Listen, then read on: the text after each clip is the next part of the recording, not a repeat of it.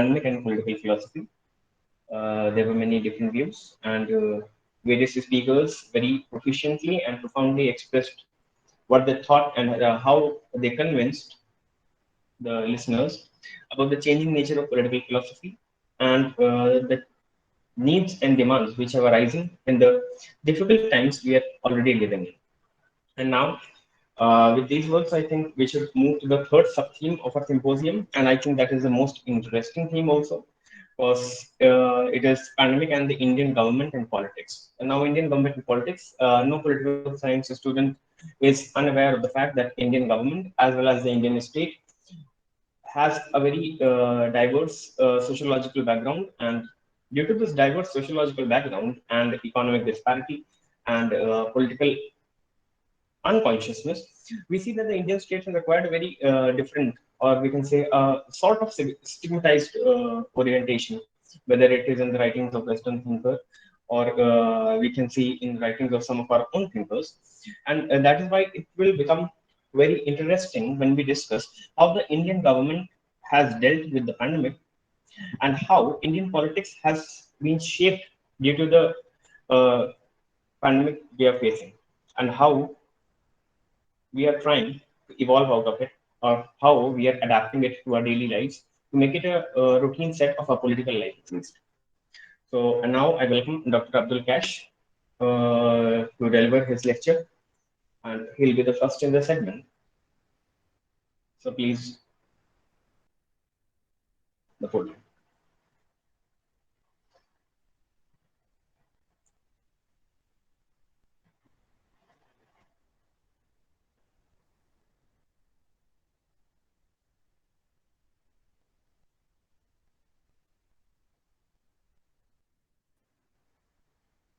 I think, hello.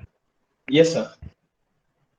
हाँ देवांश, आप omni omni को कॉल कर लीजिए Okay, सबसे okay, पहले, sir. ठीक ठीक ठीक। और डॉक्टर सुरेंद्र मिश्रा को उनके बाद रखिए। सुरेंद्र मिश्रा कि अभी गए थे एक मीटिंग में, वो आ गए हैं, मैं उनको जोड़ रहा हूँ। तब तक आप ओमनी से कहिए कि वो अपना प्रेजेंटेशन दें। शी इज कंफर्टेबल और Okay, नॉट, आप आस्क कर लें उनसे। okay. So, Omni, are you ready for your presentation? Yes, thank you, Okay. Devansh. And first of all, I would like to thank Rajnikant sir and all the faculty members who gave us this opportunity to enhance our learning capacity through this platform, The Circle. And the theme of my symposium is Pandemic and Government and Politics of India. So, the COVID 19 pandemic in India is a part of the worldwide pandemic of coronavirus disease 2019, whose second wave started in March 2021 in a very disastrous form than earlier, with shortages of vaccines, hospital beds, oxygen cylinder, and other. So it is true that this crisis is totally unexpected, but this is not very satisfactory to recover the loss of lives, system, and trust. So to understand the role of government in politics during this pandemic, I think there are two most important questions on which we should focus. The first question is who is responsible, and the second question is who do we trust. Uh, to answer the first question, I want to share an incident of Nagosh Kariappa, the General Secretary of the Indian National Student Union Field. He filed the report and posed the disappearance of Mr. Prime Minister and 10 of his cabinet ministers during the pandemic, which basically shows the kind of sarcasm on the leadership. And very interestingly, this issue is mostly raised in Western media. But the most important question is why only the central government facing such a criticism, despite knowing this that the health is the subject of state. Let me share this screen.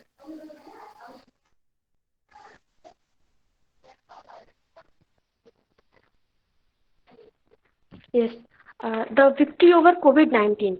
As the Union government and their health minister announced the victory over pandemic without thinking about the second wave, without prepared the proper medical infrastructure, and not focusing upon warning given by the expert or scientists or doctors.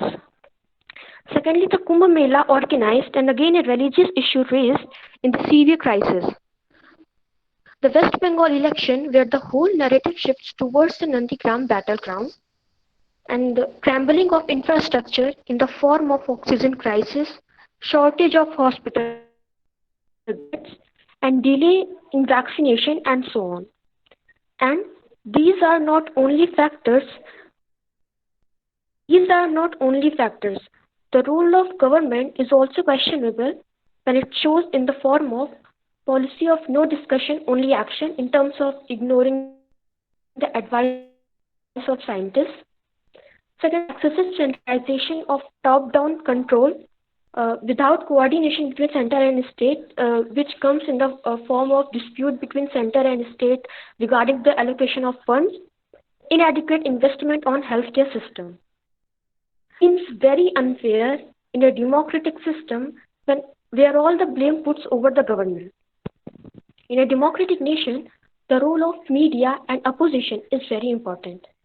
But in India, we can see on one hand where media is busy to convert this pandemic into infodemic, and on the other hand, opposition is also playing very passive role in its politics.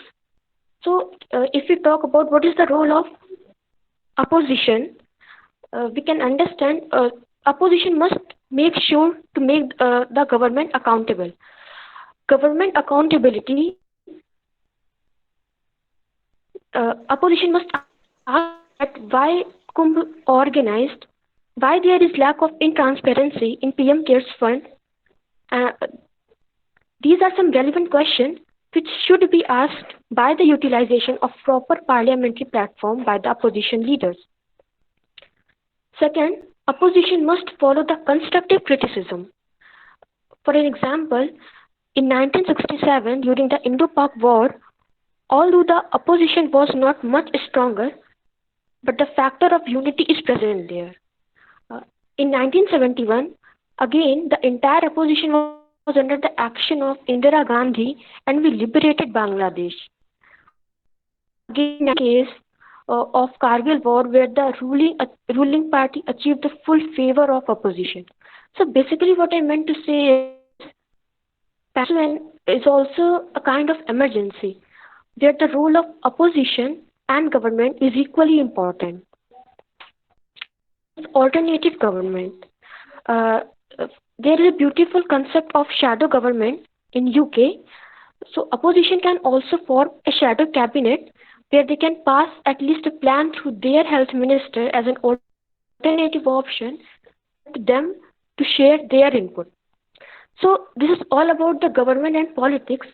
And now coming to our next question, who do we trust? But before answer this question, we must understand what actually the meaning of trust is. Trust is simple belief that the other person is the right person. Social life, if we could not trust, our lives would be very different. We trust strangers not to harm us, our friends, and even sometimes we trust in politicians also on their campaign promises. But trust may also come at high cost as it is practically observed in present situation. So now coming to the question, whom do we trust? Should we trust on government who is prioritizing the politics over pandemic? Or we should trust on the drug companies where the black marketing is happening on the name of medicine? So here the factor of trust seems to be risky. And at last, I would like to say that it is the moment where the public health is more important than any issue. And health cannot be a political issue or a neglected issue. That's why we really need a commitment to rebuild an infrastructure issue regardless of who wins the election. Thank you.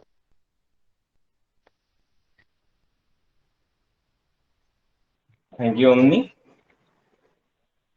It was very nice and kind of you to bring out the fallacies of the Indian state and Indian politics, and especially the, the leadership's incompetence in dealing with the pandemic, irrespective of the parties ruling the center or the states.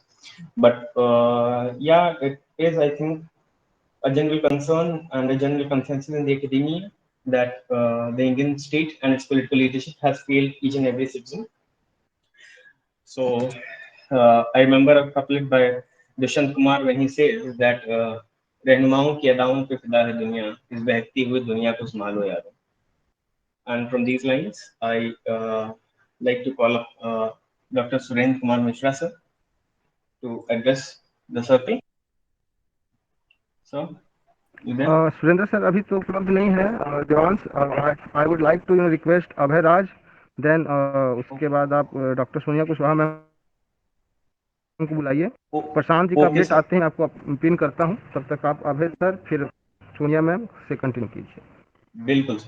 So there are change of plans, and now I would like to call Abhay sir to please come and address the circle on his views on the pandemic and the Indian government in politics. All yours, sir.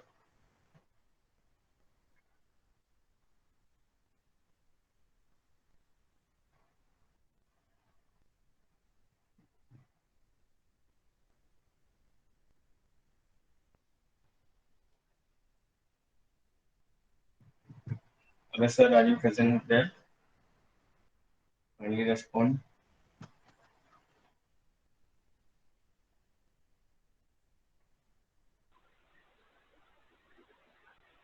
No. Yeah, he is there. So, hello. Yes, Abhay sir.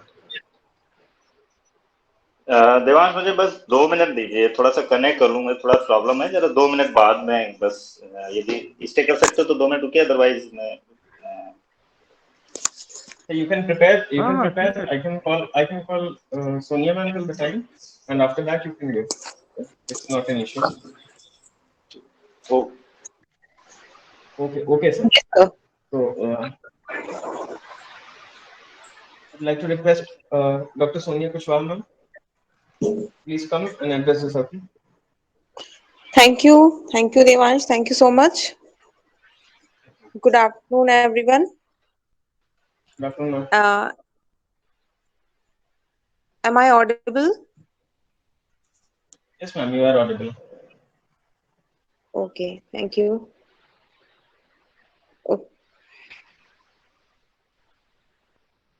Oh.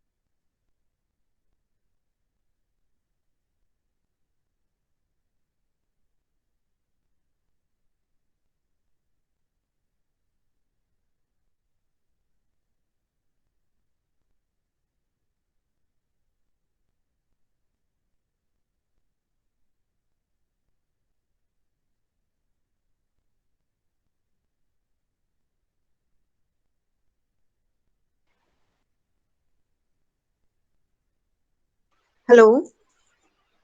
Yes, Hello. ma'am. Sorry. कुछ network का problem I think हो गया था. I am extremely sorry for that. No issues, ma'am. No issue. Okay. My screen is visible? Yes, ma'am, it is visible. Okay, PPT is okay. open. Okay. My today's topic is challenges of Indian government to ensure public health during second wave of the pandemic. This is my topic.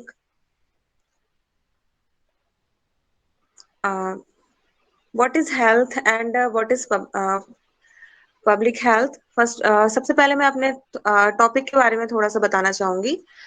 Actually second wave, जैसे कि हमने देखा कि second wave is very dangerous और बहुत ज्यादा contagious.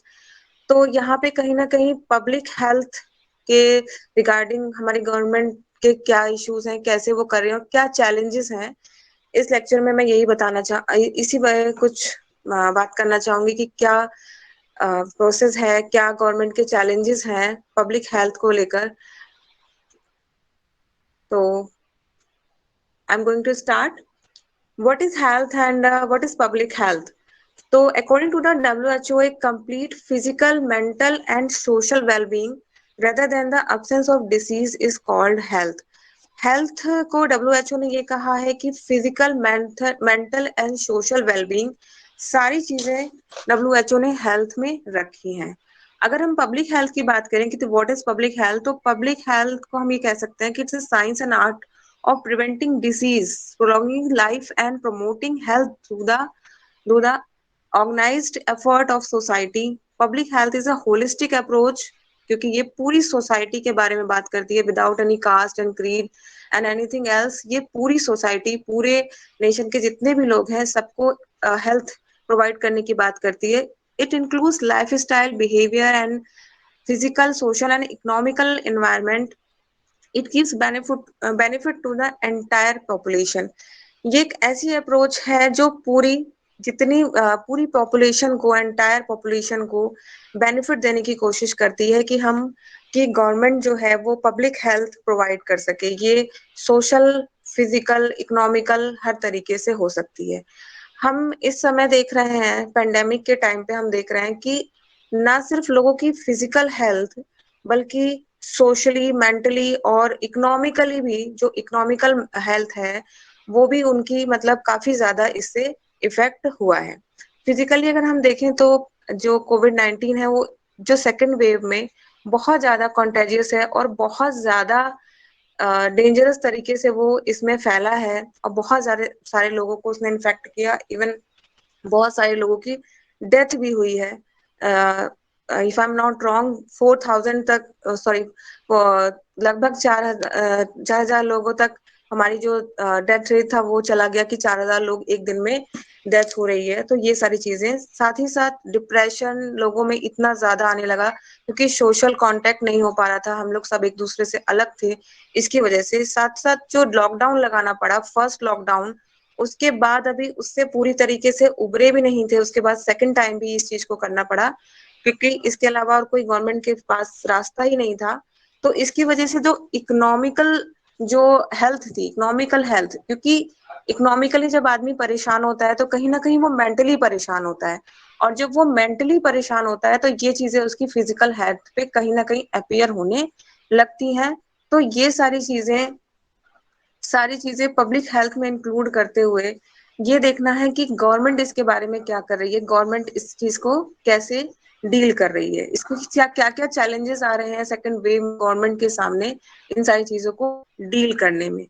तो public health एक तरीके से कहेंगे कि पूरी सोसाइटी के लिए, पूरी कंट्री के लिए क्या मतलब गवर्नमेंट करती है कि जिससे कि पब्लिक हेल्थ लोगों की सेफ रहे। यहाँ पे मैं हेल्थ और पब्लिक हेल्थ को थोड़ा सा डिफरेंशिएट करना चाहूंगी एक एग्जाम्पल के थ्रू। जैसे सपोज अगर किसी इंडिविजुअल पर्सन को कोई डिजीज होती है, सपोज दैट कि हम देखते हैं कि किसी पर्सन को किसी पर्टिकुलर ऑर्गन से रिलेटेड डिजीज होती है, उसके बाद गवर्नमेंट देखती है कि बहुत सारे जो पेशेंट है वो आ रहे हैं, लेकिन वहां पे जो ट्रीटमेंट होता है वो उस पर्टिकुलर इंडिविजुअल पर्सन का होता है।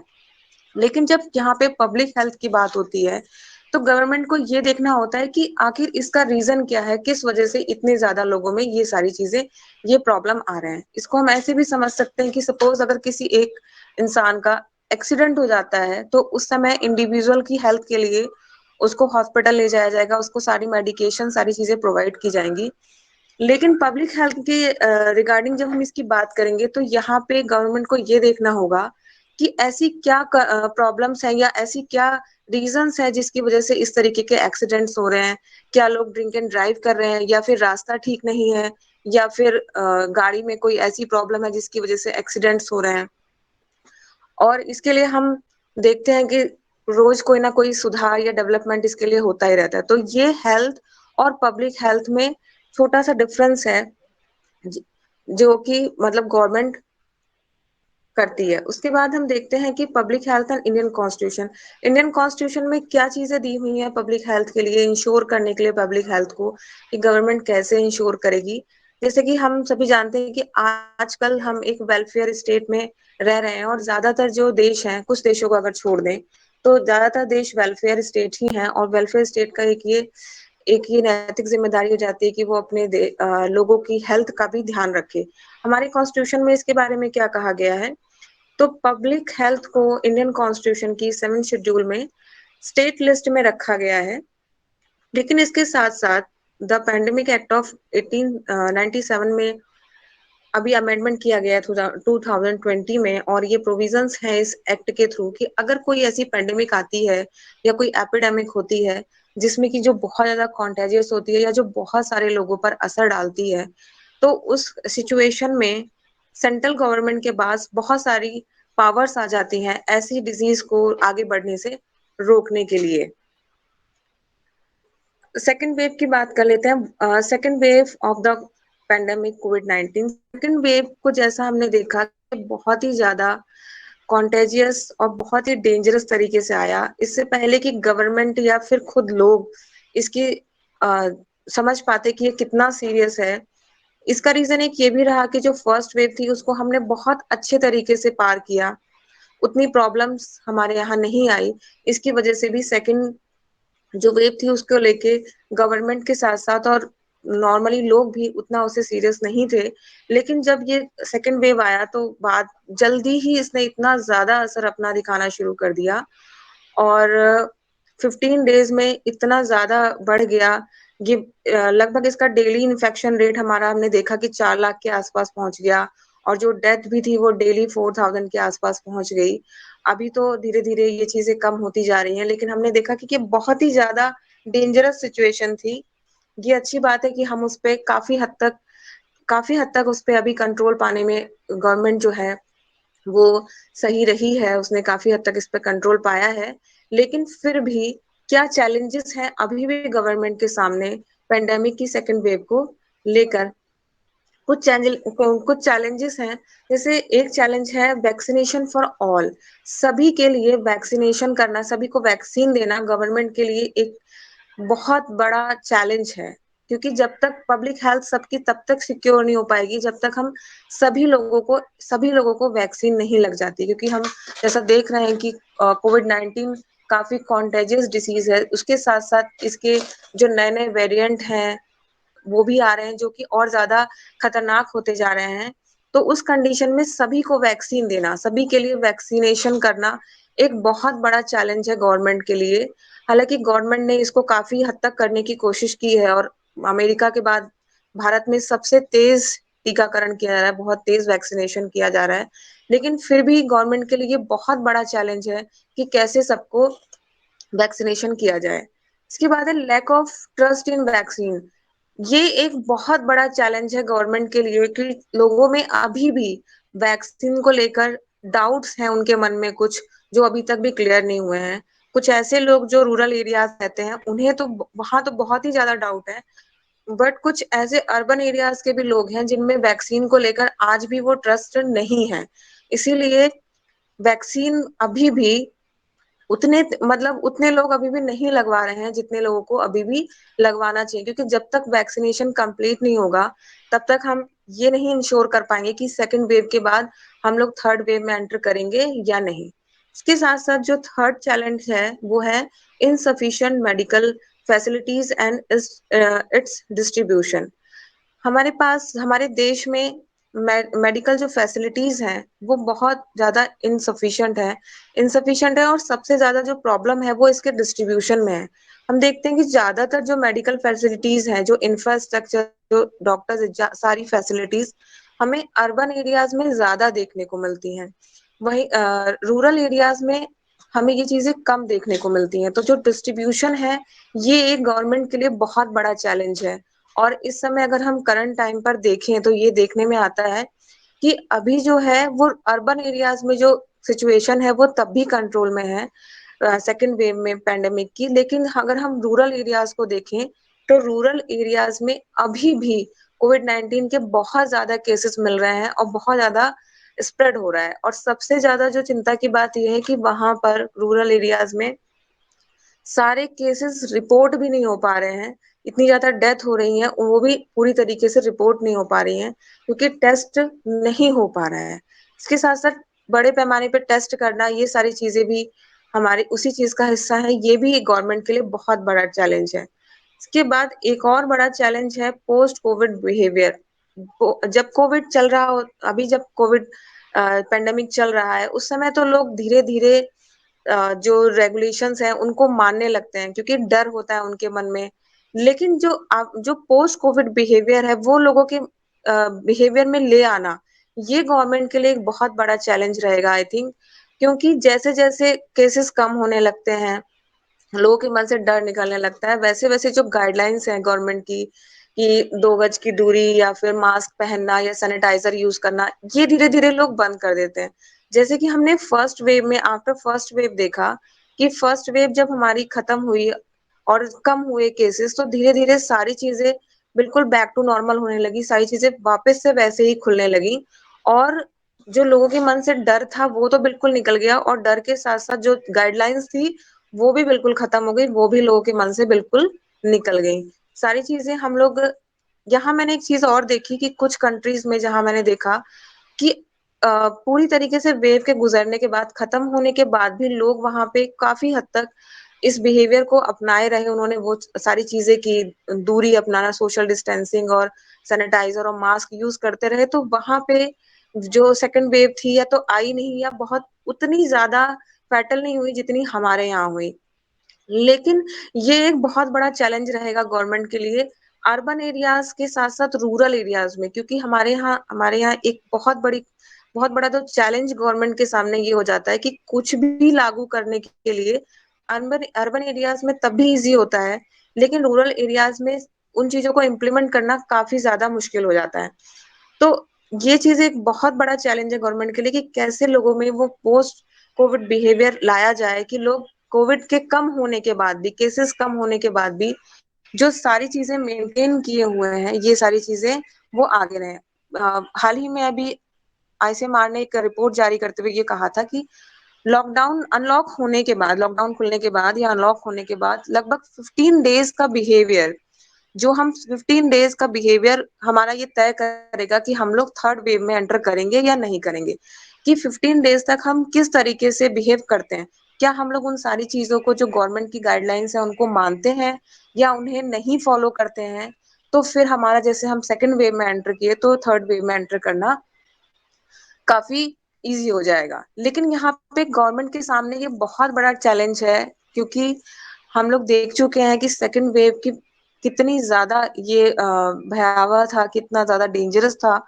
तो सभी चाहते हैं, गवर्नमेंट भी ये चीज चाहती है कि हम सेकेंड वेव में एंटर ना हो, सेकेंड वेव हमारे यहाँ नहीं आए, क्योंकि इकोनॉमिकली, मेंटली, दोनों तरीके से हम लोग काफी ज्यादा, हमारी अगर देखें तो वीक हो चुके हैं थोड़ा।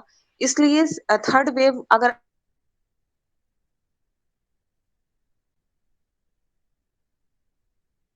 लिए पोस्ट कोविड बिहेवियर बहुत मायने रखेगा। इसके बाद है large number of population, vaccination करने के लिए या फिर लोगों में ट्रस्ट जगाने के लिए, हर चीज के लिए ये जो लार्ज नंबर ऑफ पॉपुलेशन है, इतनी ज्यादा जनसंख्या, ये एक बहुत बड़ा चैलेंज होता है कि पूरी जनसंख्या तक हर एक चीज पहुंचाई जाए। इसके अलावा इकोनॉमिक चैलेंजेस भी गवर्नमेंट के सामने पेंडेमिक के साथ साथ हैं ही। फर्स्ट जब वेव आई थी तब भी पूरा लॉकडाउन लगाया गया था, जिससे इकोनॉमी में बहुत सारे डाउनफॉल्स आए थे। उसके बाद सेकेंड वेव में भी ना चाहते हुए भी गवर्नमेंट को कहीं ना कहीं लॉकडाउन लगाना ही पड़ा है, जिसकी वजह से इकोनॉमिकली भी बहुत सारे चैलेंजेस गवर्नमेंट के सामने हैं। तो ये सारे चैलेंजेस गवर्नमेंट के सामने पब्लिक हेल्थ को इंश्योर करने के लिए, अगर हम इसके बारे में सजेशंस देना चाहूंगी मैं, सॉल्यूशंस तो नहीं, बट मैं सजेशंस कह सकती हूँ इसके लिए कि क्या किया जा सकता है। सबसे पहले तो आई थिंक गवर्नमेंट को वैक्सीनेशन में ट्रस्ट लाने के लिए और भी ज्यादा जागरूकता अभियान चलाने चाहिए, और भी ज्यादा, और मेनली ये फोकस करना चाहिए रूरल एरियाज पे, क्योंकि रूरल एरियाज में मैं अभी भी देखती हूँ कि बहुत सारी भ्रांतियां, बहुत सारे इल्यूजन्स वैक्सीन को लेकर अभी भी हैं। तो मुझे लगता है कि सबसे पहले गवर्नमेंट को जागरूकता फैलानी चाहिए, और ग्राउंड जीरो पे और सबसे ज्यादा रूरल एरियाज में ये सारी चीजें करनी चाहिए कि वैक्सीनेशन को लेके लोगों में ट्रस्ट पैदा हो और लोग वैक्सीन लगाने के लिए तैयार हों। इसके साथ साथ जो ये एक चीज है कि इनसफिशिएंट मेडिकल स्टाफ है हमारे यहाँ और डिस्ट्रीब्यूशन का जो उतना प्रॉपर नहीं है, इसको गवर्नमेंट को देखने की बहुत ज्यादा जरूरत है। लेकिन ये एक ऐसी चीज है जिसमें समय लगेगा, कम से कम 5 से 10 साल इसमें सारी चीजें लग जाएंगी, मिनिमम 5 years तो लगेंगे। लेकिन तभी मुझे लगता है कि अगर अभी से इन चीजों पर ध्यान दिया जाए तो आने वाले 5 से 6 सालों में हम इस चीज को बेटर कर पाएंगे, डिस्ट्रीब्यूशन को सही कर पाएंगे। इसके साथ साथ पोस्ट कोविड बिहेवियर ये गवर्नमेंट के लिए नहीं बल्कि मुझे लगता है ये हम लोगों के लिए ज्यादा इंपॉर्टेंट चीज है कि हमें इस चीज को इंश्योर करना होगा कि कोविड की सेकेंड वेव के भी खत्म होने के बाद या कम होने के बाद भी हम उन सारी गाइडलाइंस को मानेंगे और उन सारी चीजों को फॉलो करते रहेंगे ताकि हम थर्ड वेव में एंटर ना करें। और भी इसके साथ साथ मुझे ये लगता है कि कोविड-19 से लड़ने की जो रिस्पॉन्सिबिलिटी है वो सिर्फ और सिर्फ गवर्नमेंट की ना होकर हम लोगों की भी है, क्योंकि गवर्नमेंट तो हमें अपनी तरफ से पूरी कोशिश कर ही रही है कि वो हमें पब्लिक हेल्थ प्रोवाइड करा सके। लेकिन इतने बड़े देश को देखते हुए और सारी चीजों को देखते हुए हमें ये चीज खुद से भी करनी चाहिए, करनी होगी कि हम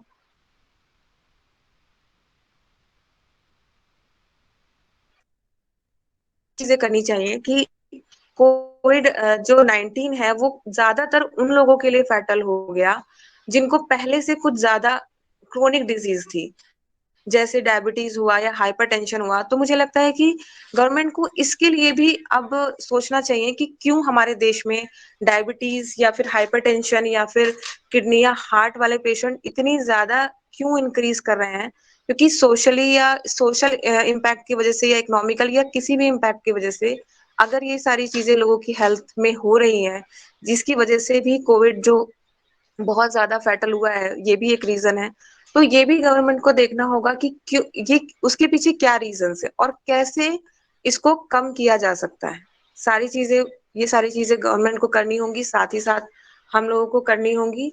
तभी हम आई होप कि सेकेंड वेव को हरा पाएंगे, कोविड-19 को खत्म कर पाएंगे, हरा पाएंगे और आई होप कि हम लोग थर्ड वेव में कभी नहीं जाएंगे और बिल्कुल सब कुछ सही हो पाएगा। Thank you so much. Thank you.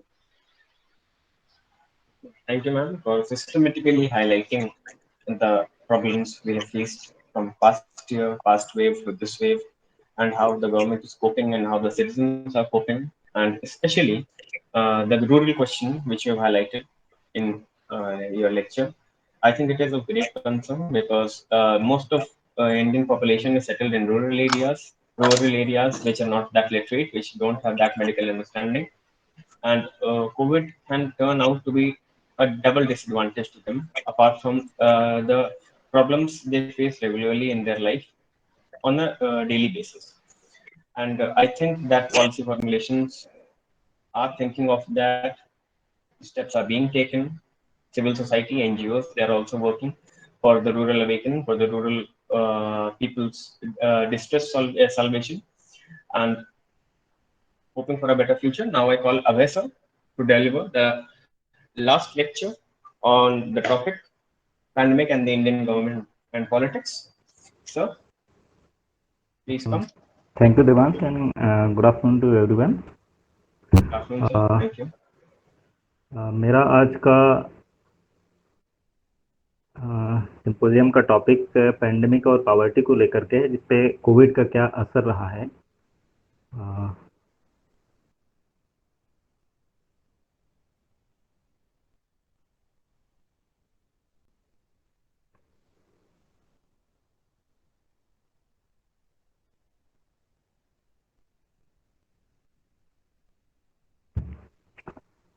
कुछ अपने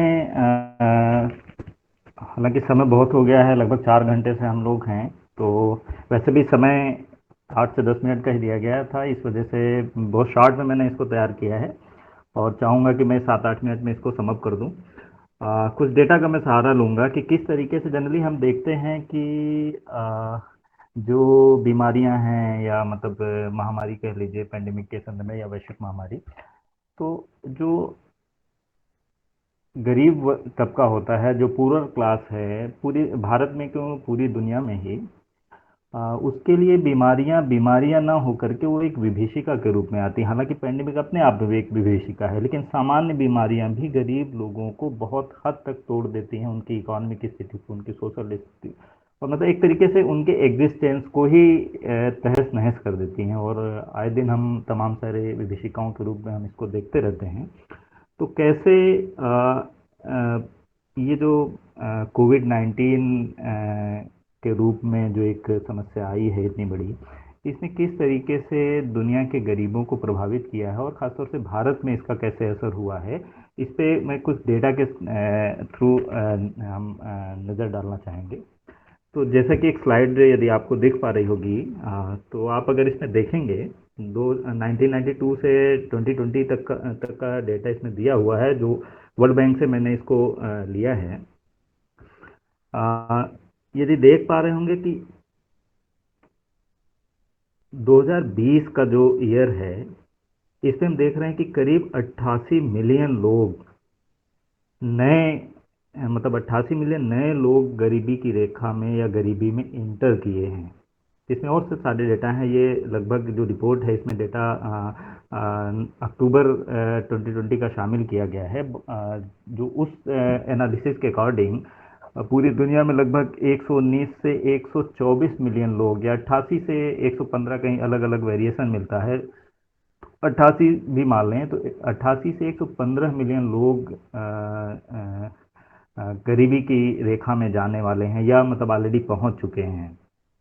अब एक रिवाइज डेटा आया था इसके बाद में, जनवरी के महीने में, जो खुद वर्ल्ड बैंक ने ही जारी किया था, और एक्सेप्टेबल भी है वो, कि उस एनालिसिस के हिसाब से लगभग 143 टू 163 मिलियन लोग नए लोग इंटर किए हैं पॉवर्टी, यानी जो अभी तक पॉवर्टी लाइन के ऊपर थे या जो अभी तक गरीब नहीं थे, वे लोग आए हैं इस गरीबी की रेखा में। अब अगर हम इस ग्राफ को देखें तो 1991 से लेकर के 20 तक का है, तो इसके पहले हमने कम किया है लोगों लगातार, हालांकि ये स्टैटिक एनालिसिस है, लेकिन लगातार गरीबों की संख्या कम हुई है। आप देखेंगे तो नीचे की तरफ है ग्राफ, माइनस में जा रहा है, और बस केवल एक ऐसा अवसर है, वो 2 साल का पीरियड 1997 और 1998 का, जब एशियन फाइनेंशियल क्राइसिस का दौर था।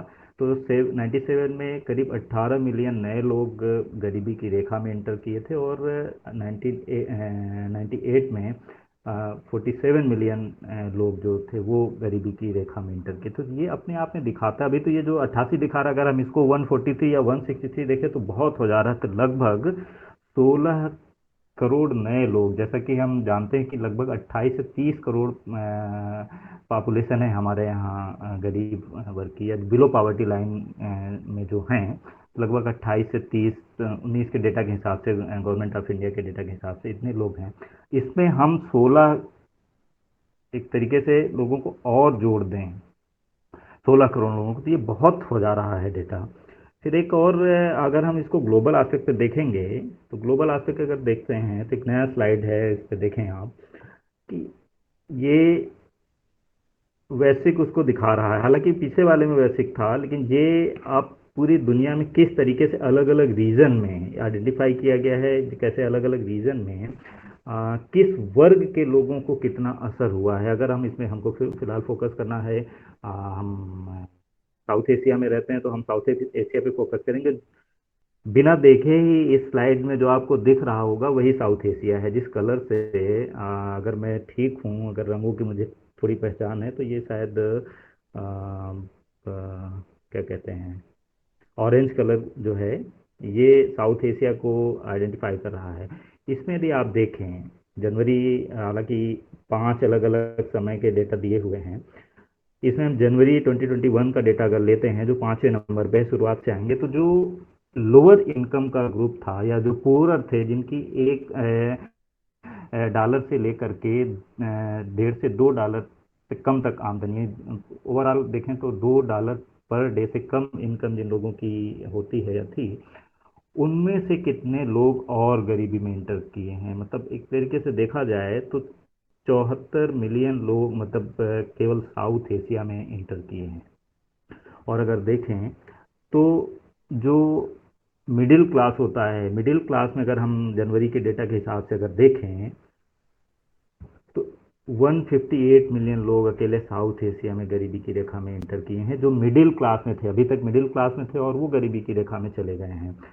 और जो अमीर लोगों के हिसाब से देखें, जो अपर क्लास है, यानी जिसकी आमदनी लगभग 3-4 हज़ार रुपये प्रतिदिन के आसपास है, यानी अगर डॉलर में उसको देखें तो दूसरे संदर्भ में देखा जा सकता है 107 मिलियन लोग जो अपर क्लास में थे वो नए इंटर किए हैं साउथ एशिया में। तो ये मतलब अपने आप में एक तरीके से भयावह डेटा। और सबसे ज़्यादा अगर हम इकोनॉमिक आस्पेक्ट में बात करते हैं तो जो डेवलपिंग कंट्रीज है, इंडिया जैसा, जहाँ पे कि रिसोर्सेज बहुत हैं और मतलब अभी 5-6 साल पहले तक हमारे यहाँ इकोनॉमिक बूम आया 2005 से लेकर के 2009-10 तक, तो हम 8-9-10% तक एनुअल इकोनॉमिक ग्रोथ हमारा था।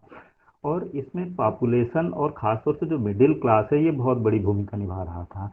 तो इसने, और ये बाद में थोड़ा कम हुआ लेकिन 16-17 तक करीब जारी रहा, और बाद में थोड़ा सा कुछ और कारण थे इकोनॉमिक, जो जिस वजह से इकोनॉमिक ग्रोथ या जिसको जीडीपी ग्रोथ कह सकते हैं कि वो डाउन हो गया थोड़ा। तो दूसरे भी कारण है उसके। लेकिन इस पैंडेमिक ने इस इकोनॉमिक ग्रोथ के मॉडल को या इस इकोनॉमिक ग्रोथ की स्थिति को की कमर को और ज़्यादा तोड़ दिया है, और साथ ही साथ नई इकोनॉमिक क्राइसिस को इसने जन्म दिया है। और अगर थोड़ा हम और आगे बढ़े तो एक और ग्राफ को देखेंगे कि जो अभी तक हम देखे थे कि कौन से लोग गरीबी रेखा में आए हैं, कितनी संख्या में। ये ग्राफ हमें एक्सट्रीम पावर्टी लेवल को दिखाता है कि बहुत ही ज़्यादा, मतलब नितांत गरीबी में जो चले गए हैं, यानी जिनके पास खाने का कुछ नहीं है, या जिसको हम भुखमरी की स्थिति, स्टारवेशन कंडीशन, जब जिसके बारे में कहा जाता है कि जो उड़ीसा और उस रीजन के तमाम सारे ज़िले हैं वहाँ जैसी स्थिति है, और छत्तीसगढ़ के कुछ वैसे ज़िले और आंध्र प्रदेश के सीमावर्ती ज़िले, तो कुछ उस तरीके की स्थिति, यानी जिनके पास 2 वक्त के खाने का भी नहीं है, उसमें से भी अब देखें अगर, तो मोटे तौर पे अगर हम देखें 2015 में 741 मिलियन लोग आ पाते, लेकिन अभी हम क्या है, हम फिर से वहीं आ गए हैं 2015 की बेस लाइन पे, या उससे भी 10-10.5 मिलियन हम अभी भी ज़्यादा हैं। अब अगर भारत के संदर्भ में आकर के देखें तो भारत में इसका क्या असर हुआ एग्जैक्टली जो है, इसमें एक और भी वर्ल्ड बैंक के साथ साथ पीयू फाउंडेशन का भी डेटा है, रिसर्च फाउंडेशन का। उसके हिसाब से जो भारत का ग्राफ में दिख रहा होगा, ये मिलियन के बजाय इसको करोड़ में कैलकुलेट किया गया है।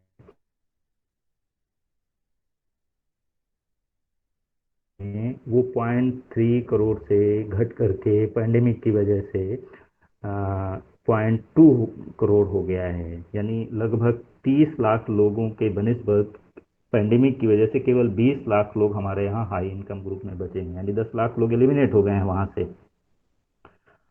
अपर मिडिल क्लास की भी यही स्थिति है, और मोटे तौर पर देखें तो सभी जगह घटता है, लेकिन गरीबों की संख्या बढ़ती आपको दिखाई देगी बाद में।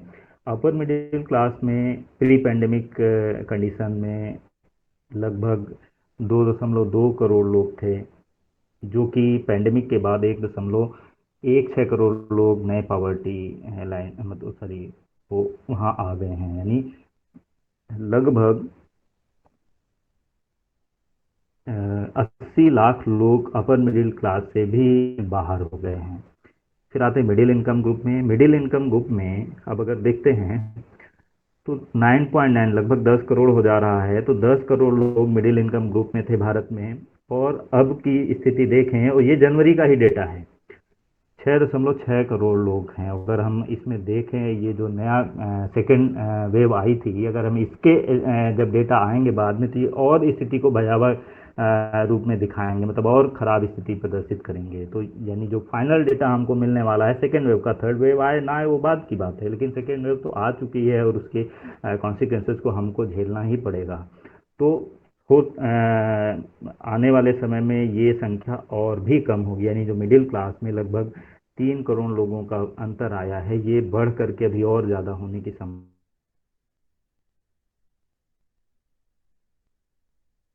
अगर हम इसको देखें तो भारत की इकॉनमी के बूम का सबसे बड़ा कारण यही मिडिल क्लास था, जिसके पास जिसकी परचेजिंग पावर पैरिटी राइज हुई थी, एक तरीके से परचेजिंग कैपेसिटी तो खर्चने की क्षमता उनके पास अधिक है, उनकी आमदनी बढ़ी। और दूसरा कारण भी फैक्टर भी यहाँ पे काम किया कि सेविंग से निकलकर हम इन्वेस्टमेंट वाले दायरे में आए थे। हम पिछले 10-15 साल में बचत की जगह पे हम निवेश और खर्च करने की कंडीशन, एक तरीके से वेस्टर्नाइज मॉडल को हम लोग धीरे धीरे फॉलो करने लगे थे।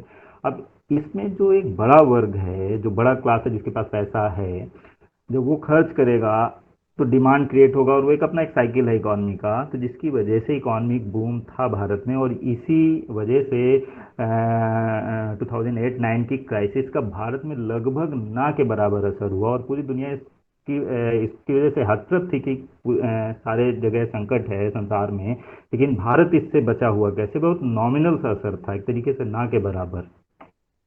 फिर अगर हम इसको आगे देखते हैं कि जो लो इनकम ग्रुप था उस पर क्या असर हुआ है, तो लो इनकम ग्रुप में कोई बहुत ज़्यादा अंतर हमको नहीं देखता। वैसे तो है अंतर करीब 3 करोड़ के आसपास का, लेकिन जितना स्केल पे, अगर बड़े स्केल पे देखें तो वो हमको ज़्यादा नहीं दिखता कि 119 करोड़ लोग जो थे वो प्री पेंडेमिक की स्थिति में लो इनकम ग्रुप में थे, और पेंडेमिक के बाद 116 करोड़ लोग जो है वो बचे हैं। अब देखिए यहाँ पे जो कम हो रहा है सब जगह, वो यहाँ आपको गरीबों की, जो एक्सट्रीम गरीब हैं या एक्सट्रीम गरीब हैं, उनकी संख्या में बढ़त दिखाई दे रही है। यानी अभी तक प्री पेंडेमिक स्थिति में 5 यानी लगभग 6 करोड़ लोग गरीबी रेखा के नीचे मतलब थे या हो सकते थे।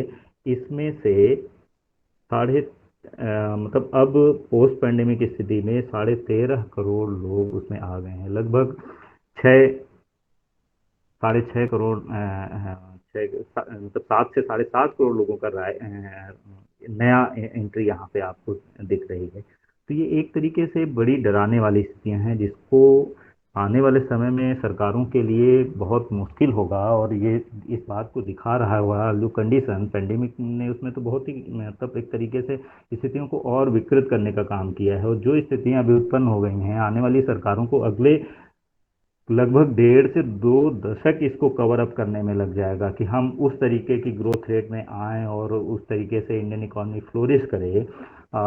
वैसी स्थिति में आने के लिए और अभी हमको अलग से उपाय भी करने पड़ेंगे, और कम से कम 10 से 15 साल का समय लगने वाला है। इससे पहले कुछ बहुत हम उम्मीद नहीं कर सकते हैं।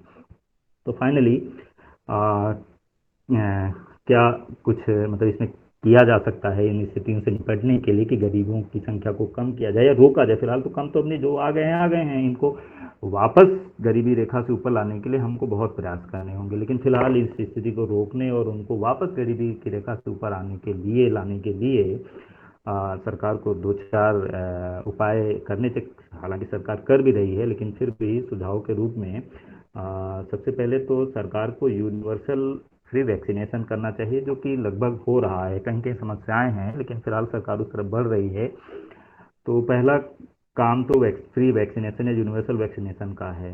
तो अगर ये होता है तो बहुत सारी जो मतलब आने वाले फेजेज हैं, जिसके बारे में भी हम इस बात के लिए श्योर नहीं है कि तीसरी आएगी या इसके ऊपर कितनी कितने लहरें, कितने फेज आएंगे, कितनी वेव आएंगी। तो वैक्सीनेशन एक पहला ऑप्शन है। दूसरा ये है कि फूड सिक्योरिटी, जो लोग गरीबी मतलब एक तरीके से भुखमरी की स्थिति में है या जिनकी आजीविका इस स्तर तक प्रभावित हुई है कि जो एक तरीके से भोजन की भी व्यवस्था नहीं कर सकते, उनके लिए सरकार खाद्यान्नों की व्यवस्था करे। हालांकि पिछले बार हम देखा था लगभग 6 महीने तक फ्री राशन सरकार ने उपलब्ध करा। हालांकि इस बार भी 2 महीने के राशन की बात सेंट्रल गवर्नमेंट ने कही है, लेकिन मुझे लगता है कि सरकार को इसे थोड़ा और समय के लिए बढ़ाना चाहिए, ताकि लोग इस समस्या से थोड़ा सा इजिली निजात पा सकें। तीसरा है कि सीधे फिजिकल असिस्टेंट देना चाहिए, पैसे के रूप में मदद सरकार को पहुंचानी चाहिए। थोड़ी थोड़ी मदद पिछली बार पहुंचाएगी, लेकिन वो दूसरे रूप में है सरकार चाहिए। तो ये फिजिकल असिस्टेंट 2 तरीके का होगा। पहला तो डायरेक्ट कैश ट्रांसफर के रूप में सीधे कुछ पैसा सरकार दे, जैसा कि दिल्ली सरकार ने कुछ एक वर्ग को कुछ असिस्टेंस देने की बात कही, दिया नहीं है लेकिन देने की बात कही। कुछ सेंट्रल गवर्नमेंट को भी और जो स्टेट गवर्नमेंट्स हैं उनको दोनों को मिल करके कुछ ऐसा प्रोग्राम बनाना चाहिए जिससे कि डायरेक्ट कैश ट्रांसफर मतलब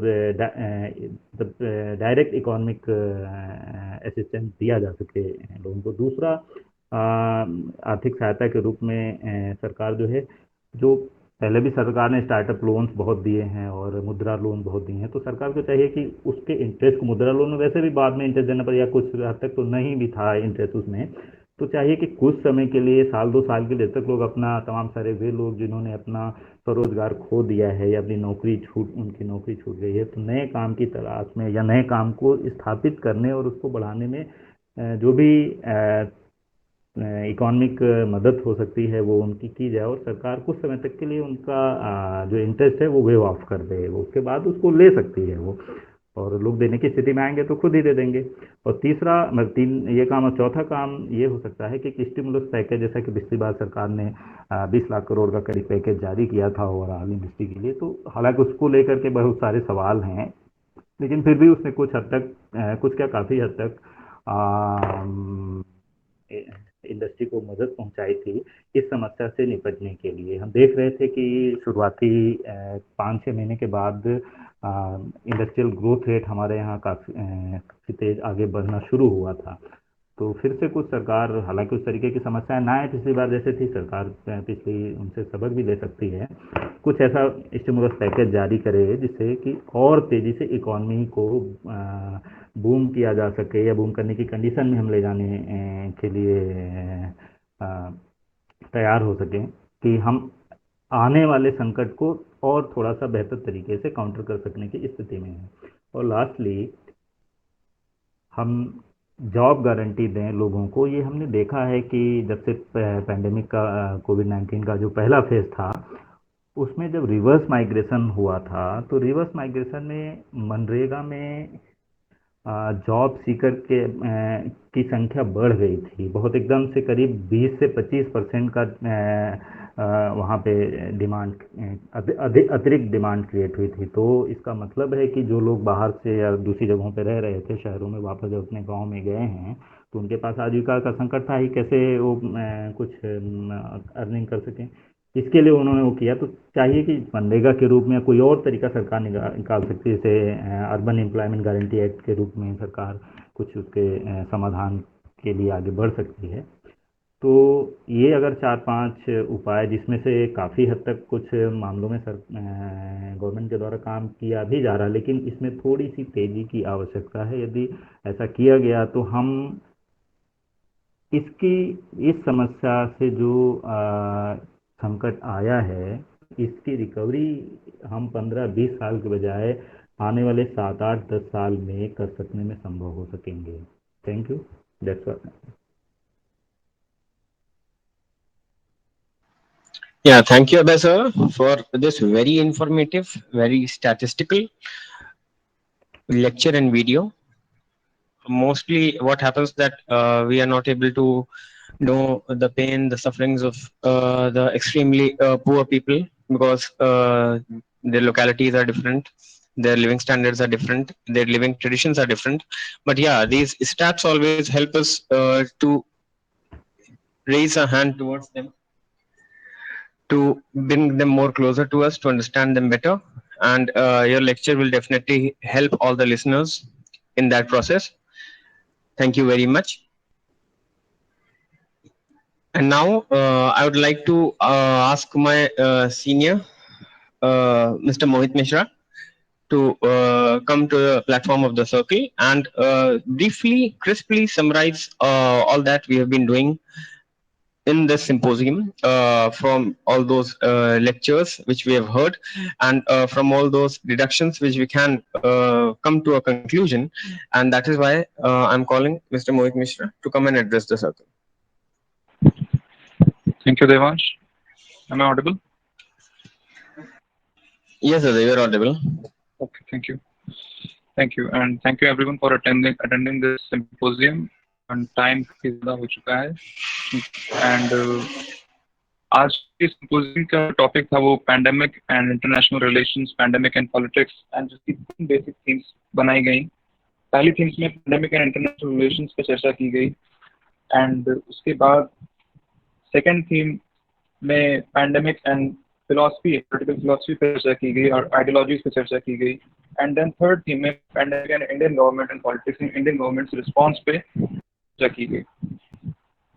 सबसे पहले प्रोफेसर रजनीकांत पांडे जी आए, उन्होंने पैंडेमिक की थीम को एक्सप्लेन किया। उन्होंने बताया कि हम क्या डिस्कस करने यहाँ पे आए हुए हैं, जिसमें उन्होंने बताया कि पैंडेमिक की हिस्ट्री क्या रही है, अभी तक इन्फेक्शियस डिजीजेज जो रही हैं उनकी क्या हिस्ट्री रही है, उनका स्प्रेड कैसा रहा है, उनका ट्रांजिशन कैसा रहा है, और जो pre and post pandemic world होगा उसमें क्या चेंजेस होंगे, प्री पैंडेमिक वर्ल्ड कैसा, पोस्ट पैंडेमिक वर्ल्ड कैसा होने वाला है। इन चीज़ों पे सर ने थीम के बारे में बताया। हमारे पहले स्पीकर सर विकास शुक्ला जी थे, जिन्होंने काफ़ी इलेबोरेटली पैंडेमिक पे और इंटरनेशनल रिलेशंस की क्राइसिस पे बताया। उन्होंने बताया कि पैंडेमिक जो है वो ग्लोबल क्राइसिस है। उन्होंने यूएस चाइना डिबेट के बारे में बताया कि जो ओरिजिन ऑफ वायरस को लेके यूएस चाइना डिबेट थी, और उसके बाद जो न्यू कोल्ड वॉर चल रहा है, और जो पैंडेमिक इस सारे सिस्टम में पैंडेमिक का जो रोल प्ले हो रहा है, और कैसे एक कंट्री की पैंडेमिक मैनेजिंग कैपेसिटी दिखाती है कि कैसे वो लीडरशिप कैपेसिटी शो कर रहा है, और पैंडेमिक की वजह से जो पॉलिटिसाइजेशन ऑफ द पैंडेमिक हो रहा है,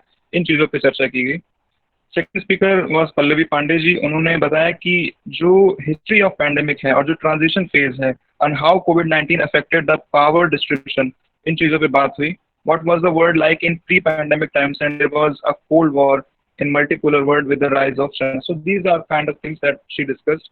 She also discussed this distribution of power, separation of interest, and social commitment of actors, which is states.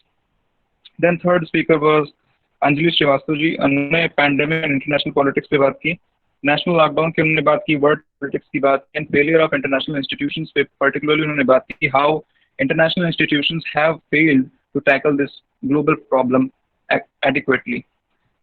Then came Mr. Arup from Jadavpur University. He highlighted the power shift due to power shift in international relations and international politics, and changing trends in power and security. He highlighted the crisis in liberal international order, which was a key point of his talk. And after that, the strength of China and the challenge to democracy because of its handling of COVID-19 virus.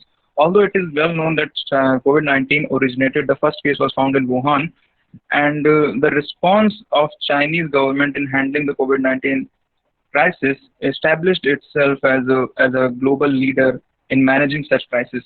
So there is this kind of challenge to liberal international order, and which Mr. Arup highlighted.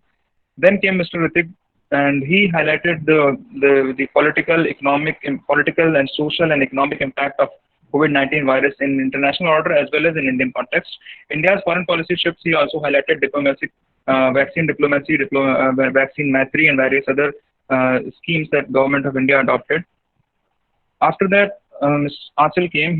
She gave a fine introduction about the topic comparative analysis, and in her conclusion, she highlighted how this crisis should be dealt in cooperation with both center, state, and within the country and on global level. Second theme, pandemic was second theme of today's symposium is pandemic and political philosophy, in which Dr. Bharti came. Bharti was the first lecturer. Topic was COVID-19 and crisis of ideology. She highlighted how each and every ideology has its shortcomings while we deal with this global crisis. And of all these ideologies, utilitarianism, materialism, liberalism, and communism, even globalization, she highlighted why and what are the shortcomings of each and every ideology, and then what are the things that we need to accommodate and take away from these ideologies in order to properly tackle this global crisis.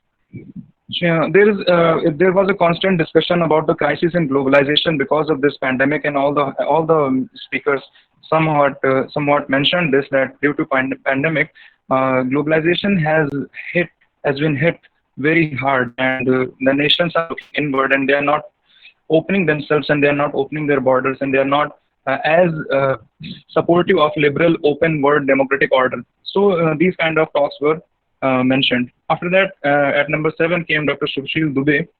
He particularly highlighted the liberal egalitarian response and the inequality in this perspective. उन्होंने ये बताया कि लोगों की राज्य से जो अपेक्षा होती है, जो expectations of people from their state ये डिपेंड करती है कि in the hierarchy of the state कहाँ पे वो स्टैंड करते हैं। जो उनकी असमानता है जो लोगों के बीच में, ये निर्धारित करती है कि अगर कोई पैंडेमिक जैसी समस्या आती है तो वो राज्य से क्या अपेक्षा करते हैं। क्योंकि जो सबसे निचले तबके के लोग हैं उनके लिए कोई भी, अभी अभी सर बोल रहे थे कि जो उनके लिए सामान्य बीमारी भी है वो एक विभीषिका बन जाती है।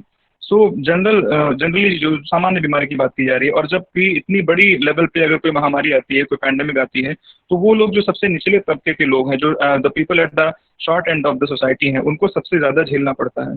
राजनीतिक उत्तरदायित्व राज्य का है, सर ने बताया, सुशील दुबे जी ने।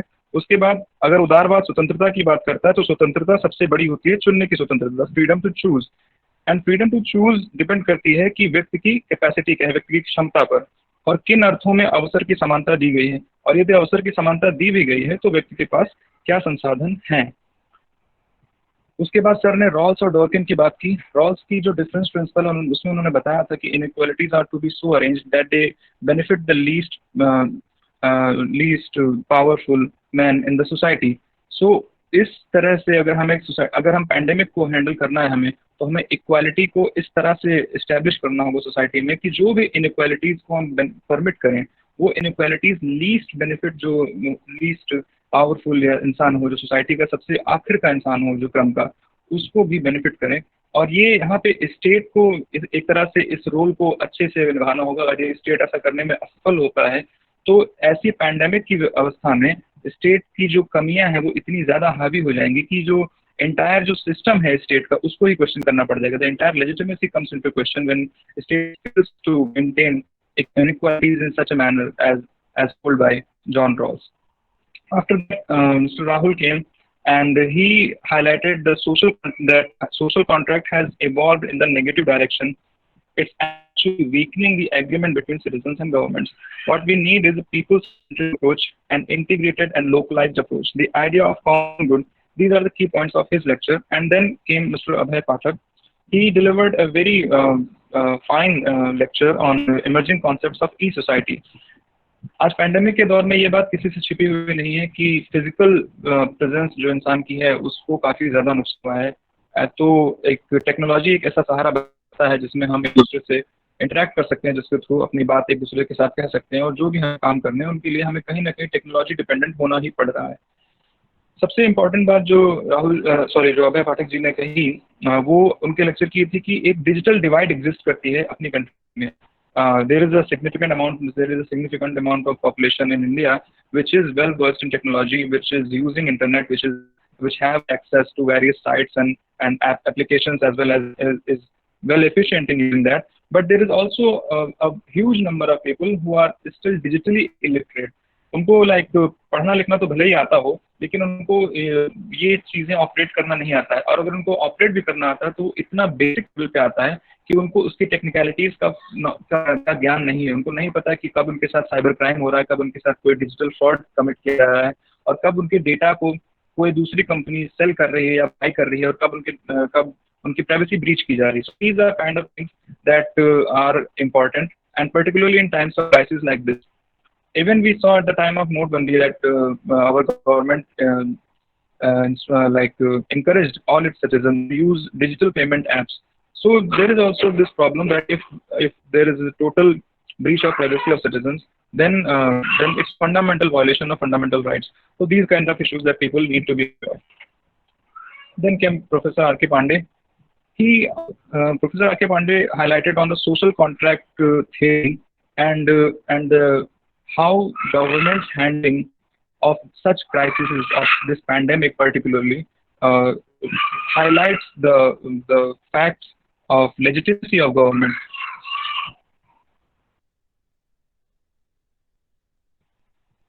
Social contract brought man in the center of political thought. This was the first contribution of social contract. And the three key elements that he highlighted was trust, legitimacy, and consent. Government role in pandemic and social contract highlights its responsibility towards its own citizens. And if government fails in performing its own duties, then the contract needs a revision. So there needs a modification in the contract, which is the point that was highlighted by Professor R.K. Pandey. Then another important point of his presentation was that access to information or resources treatment is not equal in this country. It is not only equal in, not, this problem is not like native to India only. It is found in almost all the countries where there are inequalities in various fields, whether it is social inequality, economic inequality, or any other kind of inequality. The access problem of whether it be of information or resources of treatment, these kind of problems do affect and do exist.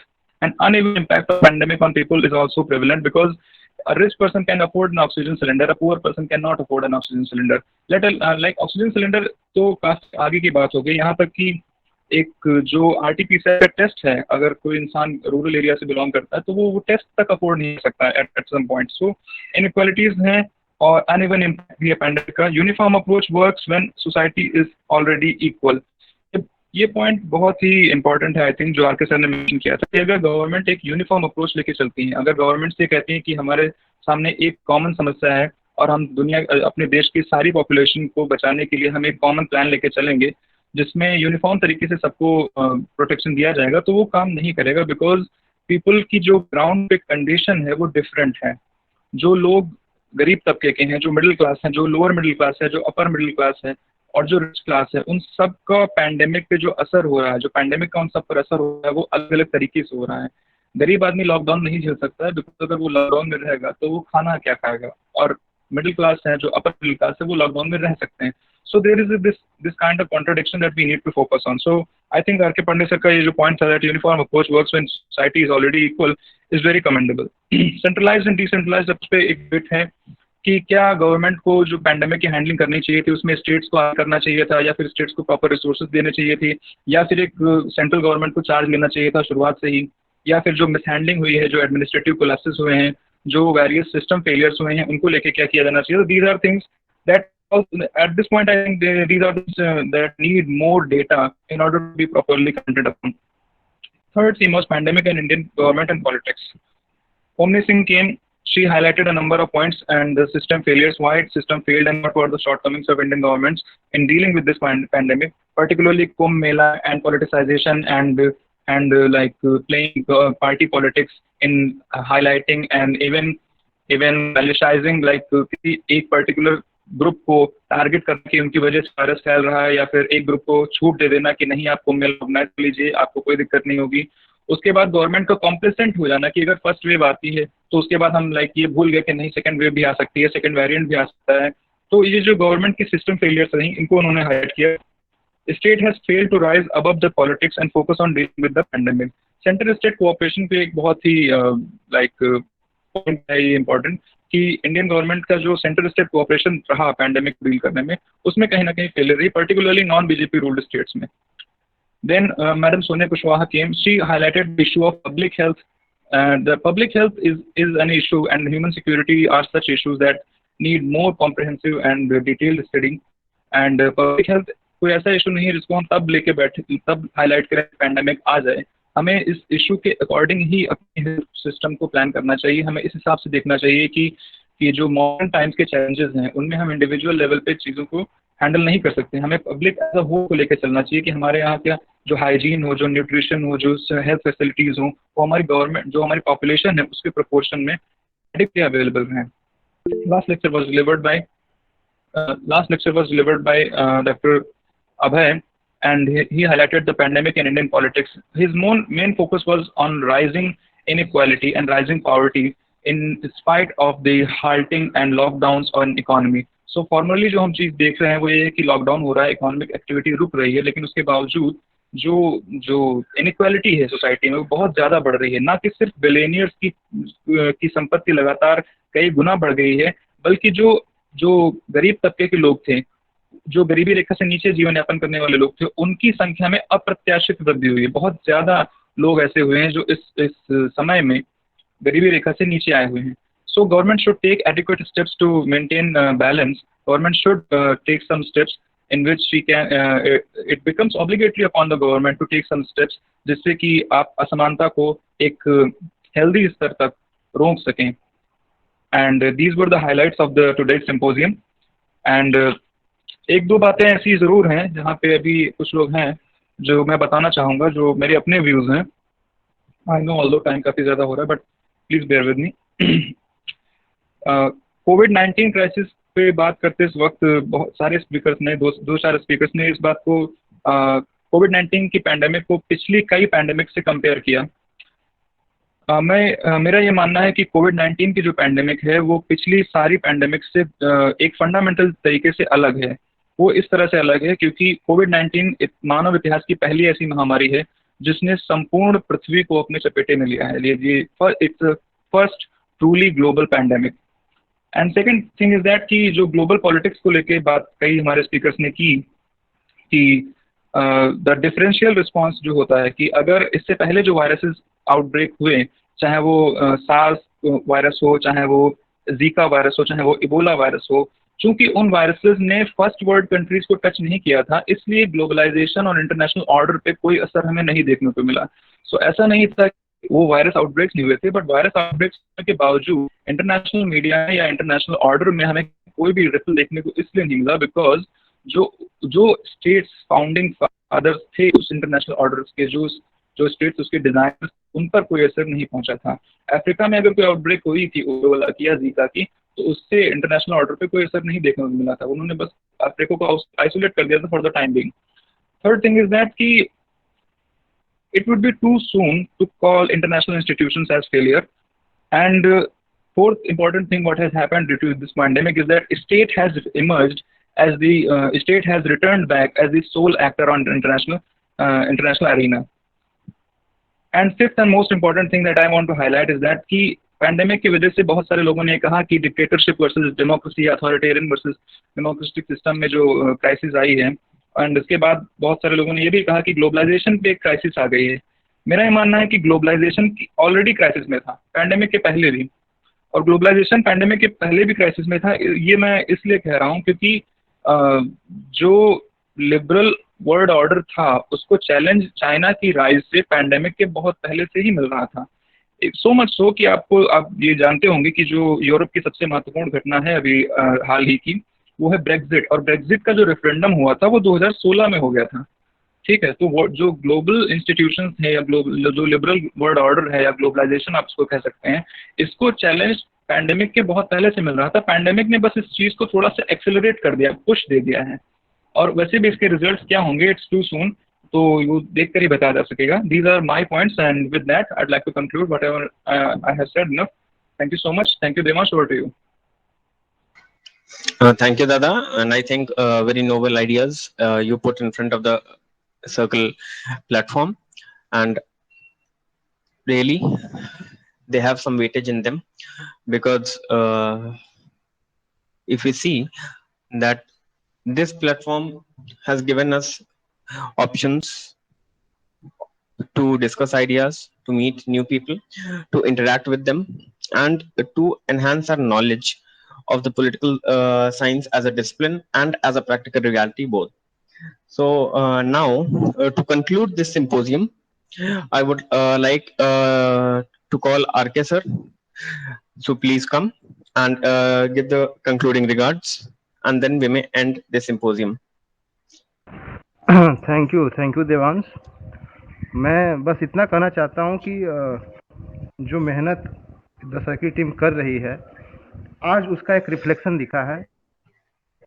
जिस तरीके से speakers ने अपनी बात कही, जिस तरीके से देवांश आपने मॉडरेशन का काम किया, और जिस तरीके से मोहित ने, बिल्कुल मैं मोहित की पर्सनली प्रशंसा करना चाहूँगा, बिल्कुल अनंत दृष्टि से बहुत ही सूक्ष्म परीक्षण करते हुए आपने सारी चीज़ों को जिस तरीके से रखा है, उसकी जितनी भी तारीफ की जाए वो कम है।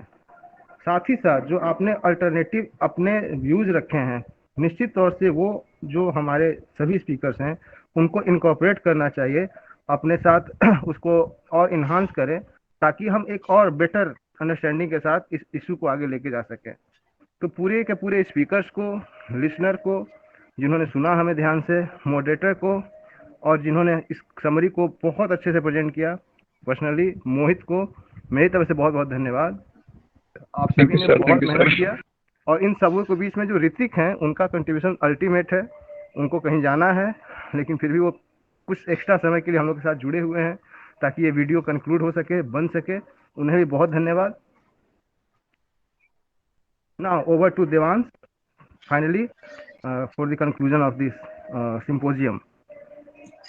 Okay, sir. Thank you very much, sir. So now, speakers and listeners, we finally come to an end of the long journey, which we started early in the morning today. But I hope that this is not the last journey, and it is just the beginning. In the following days and months to come, we may attain new heights, whether it is in the academic field or it is in the mutual cooperation and in the field of knowledge gaining. So now I finally declare this symposium as closed. Thank you once and for all to everyone. Thank you very much. Thank you, everyone. Thank you. Thank you. Thank you so much.